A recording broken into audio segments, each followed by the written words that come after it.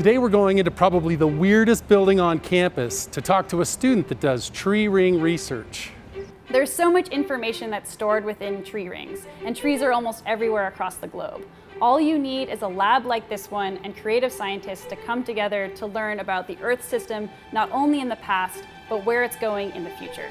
I came to Arizona because it is one of the leading institutions for the earth sciences, and I can't be happier to be here. I'm a dendroclimatologist, so I look at the width of rings and determine a relationship with climate so that I can project climate back into the past. I first identify a tree I want to sample. I take a pencil-sized core from that tree.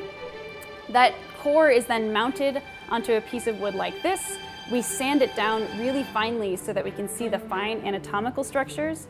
And then I measure the width of that tree ring using a mechanical stage like this one at a very high precision so I can get an accurate measurement of how much that tree grew in that year. The craziest sampling I've done was to get samples of ancient trees that are now in mud flats, where I would strap a chainsaw to my back, army crawl across the mud flat, take a cross section, all while the tide was rising, and try and get out with my samples before I was underwater.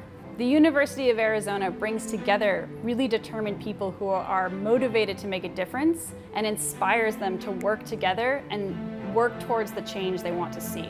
What actually happens in this building? There's so much that happens here in this lab. Come on, I'll show you.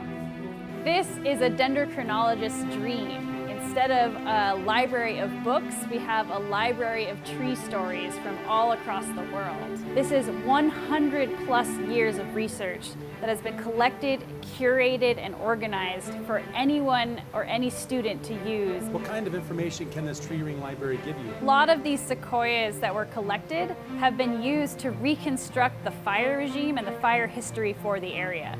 So as a tree is wounded, it tries to heal itself, and we can see that healing process as the tree curves in on itself to protect the wound. And dendrochronologists can date the exact timing of that fire throughout the entire tree's life.